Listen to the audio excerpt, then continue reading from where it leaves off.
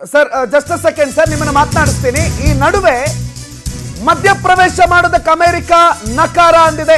ನಮಗೆ ಸಂಬಂಧಪಡದ ವಿಷಯ ಅಂತ ಅಮೆರಿಕ ಕೈ ತೊಳ್ಕೊಂಡಿದೆ. ಪಾಕಿಸ್ತಾನಕ್ಕೆ ನಿನ್ನೆನೆ ಒಂದು ಸಂದೇಶ ಕೊಟ್ಟಿತ್ತು, ಇಲ್ಲ ನೀವು ಒಂದು ವೇಳೆ ಇದನ್ನ ಡಿಎಸ್ಕಲೇಟ್ ಮಾಡಿಲ್ಲ ಅಂತಂದ್ರೆ ಕಷ್ಟ ಆಗುತ್ತೆ, ನಮ್ಮ ಮೇಲೆ ನಿಮ್ಮ ಜೊತೆಗೆ ನಿಲ್ಲೋದಕ್ಕೆ ನಮಗಾಗಲ್ಲ.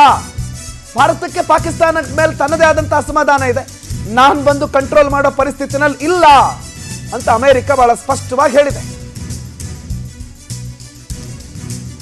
ಸೊ ಇಲ್ಲಿ ನಿನ್ನೆ ಯುದ್ಧೋನ್ಮಾದದ ಪರಿಸ್ಥಿತಿಯನ್ನ ಕಡಿಮೆ ಮಾಡೋ ಪ್ರಯತ್ನ ಮಾಡಿದ್ದ ಅಮೆರಿಕ ಈಗ ಸ್ವಲ್ಪ ಹಿಂದೆ ಸರಿದಂಗೆ ಕಾಣದೇ ಇದೆ. ಅವ್ರು ಹೇಳೋದೊಂದೇ, ಅಣ್ವಸ್ತ್ರ ಸಂಘರ್ಷಕ್ಕೆ ಎಡೆ ಮಾಡಿ ಕೊಡಬಾರದು, ಪ್ರಾದೇಶಿಕ ಸಂಘರ್ಷ ಆಗಿ ಉಳಿಲಿ ಅಥವಾ ಪ್ರಾದೇಶಿಕ ಸಂಘರ್ಷವಾಗಿ ಇದು ಮುಂದುವರಿತಾ ಇದೆ. We have no control over nations, ಯಾವ ದೇಶದ ಮೇಲೂ ನಿಯಂತ್ರಿಸೋದಕ್ಕೆ ನಮಗೆ ಸಾಧ್ಯ ಇಲ್ಲ, ನಮಗಿದು ಸಂಬಂಧ ಪಡ್ತಾ ಇಲ್ಲ, ಇದೊಂದು ಪ್ರಾದೇಶಿಕ ಸಂಘರ್ಷ ಅಂತ ಅಮೆರಿಕ ಹೇಳ್ತಾ ಇದೆ. ಸೊ ಯುದ್ಧದ ಬಗ್ಗೆ ಅಮೆರಿಕದ ಉಪಾಧ್ಯಕ್ಷ JD ವ್ಯಾನ್ಸ್ ಅವರ ಪ್ರತಿಕ್ರಿಯೆ ಇದು. ಸೊ ಇದು ಭಾರತಕ್ಕೆ ಪರೋಕ್ಷ ಬೆಂಬಲ ಅಂತ ಕರಿಬಹುದಾ? ಈ ಬಗ್ಗೆ ಮಾಹಿತಿ ಕೊಡ್ತಾ ನಮ್ಮ ಪ್ರತಿನಿಧಿ ಅರುಣ್ BA ಹಿರಿಯ ಪ್ರತಿನಿಧಿಗಳು, ವಿಶೇಷ ಪ್ರತಿನಿಧಿಗಳು ನೇರ ಸಂಪರ್ಕದಲ್ಲಿದ್ದಾರೆ. ಸರ್, ಇದೇನು ಭಾರತಕ್ಕೆ ಬೆಂಬಲ ಅಂತ ಹೇಳ್ಬಹುದಾ ಅಥವಾ ಈ ಯುದ್ಧ ರಂಗದಿಂದಲೇ ನಾವು ಬರಲ್ಲ, ನೀವೇನು ಬೇಕಾದ್ರೆ ಮಾಡ್ಕೊಳ್ಳಿ ಅಂತ ಹೇಳಿ ಅಮೆರಿಕ ಕೈ ತೊಳ್ಕೊಂಡ್ಬಿಡುತ್ತಾ ಸರ್? ಇದು ಎರಡೂ ಅರ್ಥದಲ್ಲಿ ನಾವು ಇದನ್ನ ವಿಶ್ಲೇಷಣೆ ಮಾಡ್ಬೋದು ಪ್ರಣೋದ್. ಈ ಮೊದಲು ಯಾವಾಗಲೇ ಭಾರತ ಪಾಕಿಸ್ತಾನದ ನಡುವೆ ಒಂದು ರೀತಿ ಸಂಘರ್ಷಮಯ ವಾತಾವರಣ ಆದಾಗಲೆಲ್ಲ ಅಮೆರಿಕ ಯುದ್ಧ ಮಾಡಬೇಡಿ, ಶಾಂತಿ ಇರಲಿ ಅನ್ನುವಂಥ ಮಾತನ್ನು ಹೇಳ್ತಾ ಬಂದಿತ್ತು. ಆದರೆ ಇದೇ ಮೊದಲ ಬಾರಿಗೆ ನಾನು ಈ ವಿಷಯದಲ್ಲಿ ಮಧ್ಯಪ್ರವೇಶ ಮಾಡೋದಿಲ್ಲ ಅನ್ನುವಂಥ ಮಾತನ್ನು ಅಮೆರಿಕಾದ ಉಪಾಧ್ಯಕ್ಷ JD ವ್ಯಾನ್ ಅವರೇ ಸ್ಪಷ್ಟವಾಗಿ ಹೇಳ್ತಾ ಇರುವಂಥದ್ದು. ವ್ಯಾನ್ಸ್ ಅವರ ಮಾತನ್ನು ನೀವು ಗಮನಿಸಿ, ಇದು ಭಾರತ ಮತ್ತು ಪಾಕಿಸ್ತಾನ ಎರಡೂ ದೇಶಗಳಿಗೆ ಸಂಬಂಧಪಟ್ಟ ವಿಷಯ. ಈ ವಿಷಯದ ಒಂದು ರೀತಿ ಆಂತರಿಕ ವಿಷಯ ಆಗಿದೆ, ಇದರಲ್ಲಿ ಮಧ್ಯಪ್ರವೇಶ ಮಾಡೋದಕ್ಕೆ ಸಾಧ್ಯ ಆಗೋದಿಲ್ಲ. ಜೊತೆಗೆ ಎರಡೂ ದೇಶಗಳು ಕೂಡ ನಿಯಂತ್ರಣವನ್ನು ಮೀರಿ ಹೋಗುವಂಥ ಒಂದು ಸ್ಥಿತಿಯಲ್ಲಿ ಈಗ ಬಂದು ಮುಟ್ಟಿ ಆಗಿ ಹೋಗಿದೆ. ಈ ಸಂದರ್ಭದಲ್ಲಿ ಶಸ್ತ್ರಾಸ್ತ್ರ ತ್ಯಾಗ ಮಾಡಿ ಅಂತ ಭಾರತಕ್ಕಾಗಲಿ ಅಥವಾ ಪಾಕಿಸ್ತಾನಕ್ಕಾಗಲಿ ಹೇಳುವಂಥ ಪರಿಸ್ಥಿತಿಯಲ್ಲಿ ಅಮೆರಿಕ ಇಲ್ಲ ಅನ್ನುವಂಥ ಮಾತನ್ನು ಸ್ಪಷ್ಟವಾಗಿ ಹೇಳಿದ್ದಾರೆ. ಹೇಳಿ ಕೇಳಿ ಅಮೆರಿಕನರು ಒಂದು ರೀತಿ ವ್ಯಾಪಾರಿ ಮನೋಭಾವದ ಹೊಂದಿರುವಂಥವರು. ಈ ಮೊದಲು ಹಿಂದೆ ಇದ್ದಂಥ ಜೋ ಬೈಡನ್ ಸರ್ಕಾರ ಪಾಕಿಸ್ತಾನಕ್ಕೆ ಸಾಕಷ್ಟು ಸಹಾಯ ಮಾಡಿತ್ತು, ಅವ್ರಿಗೆ ಬೇಕಾದಂಥ ವೆಪನ್ಗಳೆಲ್ಲವನ್ನು ಕೂಡ ಅಮೆರಿಕಾನೇ ಕೊಟ್ಟಿತ್ತು. ಆದರೆ ಈಗ ಹಾಗಲ್ಲ, ಭಾರತದೊಂದಿಗೂ ಕೂಡ ಅಮೆರಿಕ ಅತ್ಯುತ್ತಮವಾದಂಥ ಸಂಬಂಧ ಹೊಂದಿದೆ.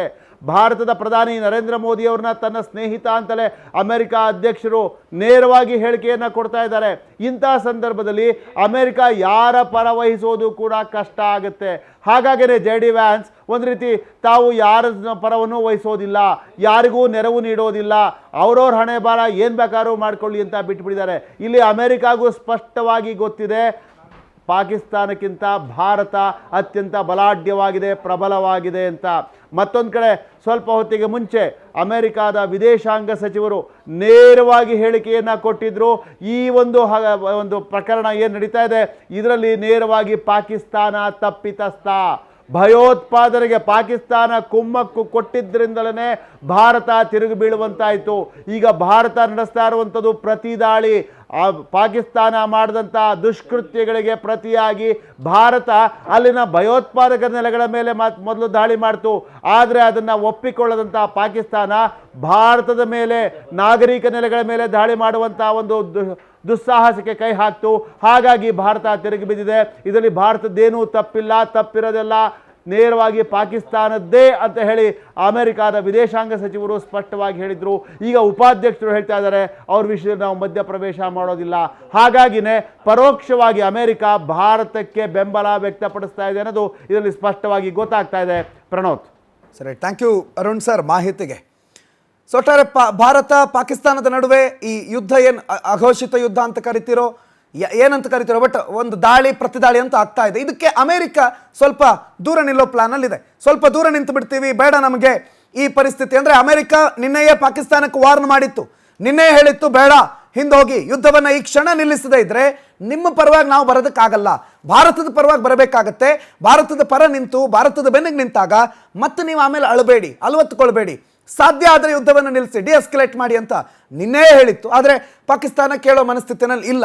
ಹಾಗಾಗಿ ಈಗ ಪಾಕಿಸ್ತಾನ ಅನುಭವಿಸುವಂಥ ಪರಿಸ್ಥಿತಿಗೆ ಬಂದು ನಿಂತ್ಕೊಂಡಿದೆ. ಅನುಭವಿಸಬೇಕು. ಈ ಕೆಲವೊಂದು ಸಲ ಇರುತ್ತಲ್ಲ ವಿನಾಶಕಾಲ ವಿಪರೀತ ಬುದ್ಧಿ ಅಂತ, ಅದೇನಾದರೂ ಪಾಕಿಸ್ತಾನಕ್ಕೆ ಬಂದಿದೆಯಾ? ಅಫ್ಕೋರ್ಸ್ ಕಾಣಿಸ್ತಾ ಇದೆ.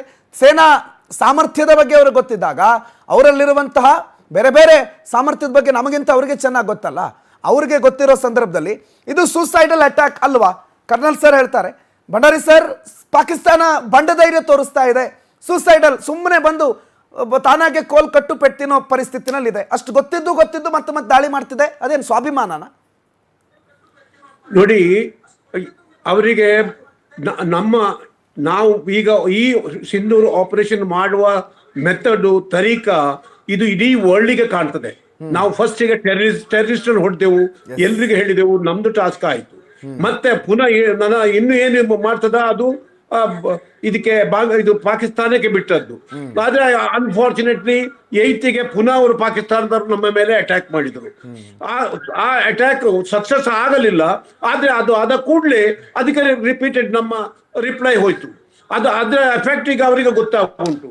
ಅಮೆರಿಕ ಅವರಿಗೆ ಅರ್ಥ ಮಾಡ್ಲಿಕ್ಕೆ ಬಹಳ ಟ್ರೈ ಮಾಡಿತ್ತು, ಇವರು ಕೇಳಲಿಲ್ಲ. ಅಂದ್ರೆ ಅಲ್ಲಿ ಏನು ಮಾಡುದಂತೇಳಿ ಅವರಿಗೆ ಕ್ಲಿಯರ್ ಇಲ್ಲ.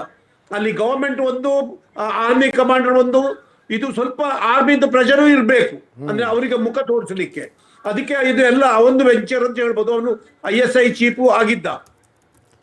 ಇದರಿಂದ ನೋಡಿ, ಈಗ ನಾವು ಇಸ್ಲಾಮಾಬಾದ್ ಎಲ್ಲ ಇಟ್ಟುಬಿಟ್ಟು ನವಾಬ್ ಶರೀಫ್ ಓಡಿಬಿಟ್ಟು ಅಂಡರ್ ಗ್ರೌಂಡ್ ಹೋಗಿದ್ದಾರೆ, ಹೆದರಿ ಬಿಟ್ಟು ನವಾಬ್ ಶರೀಫ್.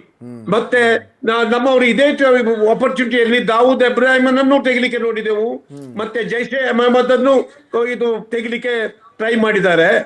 ಈಗ ನೋಡಿ ಎಲ್ಲ, ಈಗ ಅವರು ಈವನ್ JNK ಅಲ್ಲಿ ಮೊಸಾದ್ ಇವರು ಮಾಡಿದ ಹಾಗೆ ಇವರು ನಮ್ಮ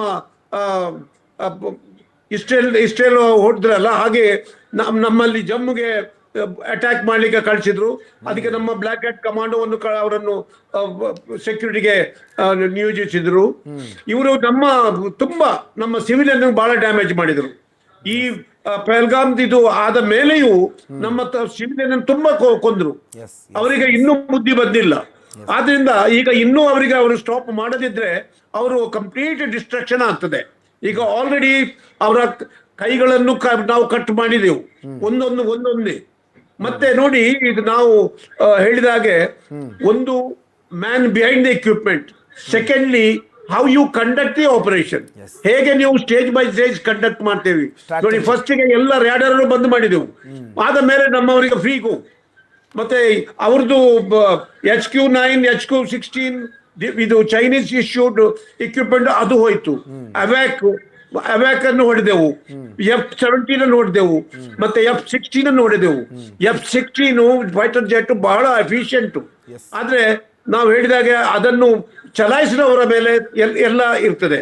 ಅಲ್ಲ, ಬಟ್ ಯೂಸ್ಡ್ ಇನ್ ವಾರ್ ಅಂತ ಸರ್. F-16 ಎಲ್ಲೂ ಕೂಡ ಒಂದು ರಿಯಲ್ ಟೈಮ್ ವಾರ್ ಪರಿಸ್ಥಿತಿನಲ್ಲಿ ಅದನ್ನ ಟೆಸ್ಟಿಂಗ್ ಮಾಡಿಲ್ಲ, ಅಥವಾ ವಿಶ್ವದ ಯಾವುದೇ ದೇಶಗಳು ಬಳಕೆ ಮಾಡಿಲ್ಲ. ದಿಸ್ ದ ಫಸ್ಟ್ ಟೈಮ್ ಅಂತ ಅನ್ಸುತ್ತೆ, ಐ ಥಿಂಕ್. ಹೌದು, ಆಕ್ಚುಲಿ ಅವರು ಯೂಸ್ ಮಾಡಬಾರ್ದು ಅಂತ ಇತ್ತು ಅಮೆರಿಕದ ಇನ್ಸ್ಟ್ರಕ್ಷನ್. ಆದ್ರೆ ಅವರಿಗೆ ಯಾವ ಇದು ಇಲ್ಲ, ಅದಕ್ಕೆ ಅಮೆರಿಕದ ಬಿಟ್ಟು ಉಂಟು.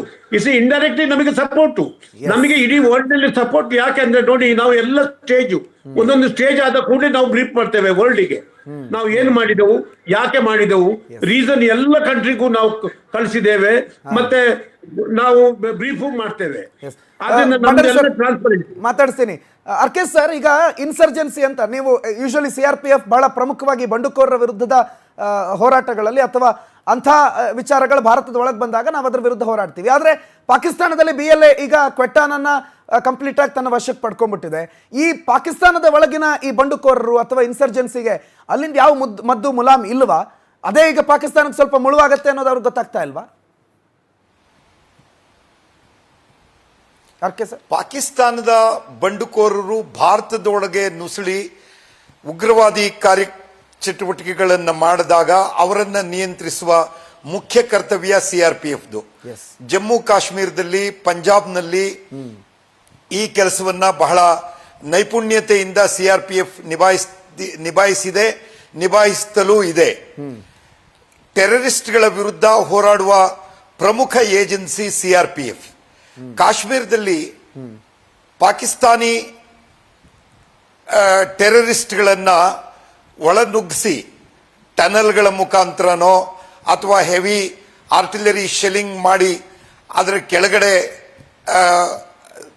ಟೆರರಿಸ್ಟ್ಗಳನ್ನ ಹೊಳನುಗ್ಗಿಸಿ ಓವರ್ ಗ್ರೌಂಡ್ ಟೆರರಿಸ್ಟ್ಗಳ ಕೈಗೆ ಅವರನ್ನು ಒಪ್ಪಿಸಿ ಅವರಿಂದ 2-3 ಜನಗಳನ್ನು ಉಪಯೋಗಿಸಿಕೊಂಡು ಅವರಿಂದ ವಿಧ್ವಂಸಕ ಕೃತ್ಯಗಳನ್ನ ಮಾಡುವ ಟೆಕ್ನಾಲಜಿ ಪಾಕಿಸ್ತಾನದ್ದಾಗಿತ್ತು. ಇದು ನಿರಂತರವಾಗಿ ಭಾರತ ಇದನ್ನೆಲ್ಲ ಸಹಿಸಿಕೊಂಡು ಬಂತು. ಹೆಜ್ಜೆ ಹೆಜ್ಜೆಗೂ ಅಪ್ರೋಪ್ರಿಯೇಟ್ ಆದ ರೆಸ್ಪಾನ್ಸ್ ಮಾಡ್ತಾ ಇತ್ತು. ಪೂರ್ಣ ಪ್ರಮಾಣದ ಯುದ್ಧದ ಮಟ್ಟಕ್ಕೆ ಹೋಗಿರಲಿಲ್ಲ. ಯಾಕೆ ಅಂತಂದ್ರೆ ಅಂತಾರಾಷ್ಟ್ರೀಯ ಮಟ್ಟದಲ್ಲಿ ಭಾರತ ಒಂದು ಅಗ್ರೆಸರ್ ಆಗಿ ಕಾಣಿಸ್ಕೊಳ್ಬಾರದು ಅನ್ನುವ ಉದ್ದೇಶ ಇತ್ತು. ಮತ್ತೆ ವಿಶ್ವಕ್ಕೆ ಪಾಕಿಸ್ತಾನದ ಕುತಂತ್ರ ಏನು ಅನ್ನೋದು ಅರ್ಥವಾಗಲಿ ಅನ್ನೋದಿತ್ತು. ಇದನ್ನ ಪಾಕಿಸ್ತಾನ ಭಾರತದ ವೀಕ್ನೆಸ್ ಅನ್ನುವ ರೀತಿಯಲ್ಲಿ ಪರಿಗಣಿಸಿ ಮತ್ತೆಯೂ ಇದೇ ಕಾರ್ಯಚಟುವಟಿಕೆಗಳನ್ನು ಮುಂದುವರಿಸ್ತಾ ಬಂತು. ಇದು ಭಾರತದ ಸೈನಿಕರೇ ಭಾರತದವರನ್ನ ಕೊಂದ್ರು ಅನ್ನುವಂತಹ ಹಸಿ ಸುಳ್ಳುಗಳನ್ನ ಹೇಳ್ತಾ ಅದನ್ನ ಯಾರೂ ನಂಬಲಿಲ್ಲ. ಭಾರತ ಅದಕ್ಕೆ ಸೂಕ್ತವಾದ ಎವಿಡೆನ್ಸ್ಗಳನ್ನ ಇವತ್ತು ವಿಶ್ವದ ಮುಂದಿಟ್ಟಿದೆ.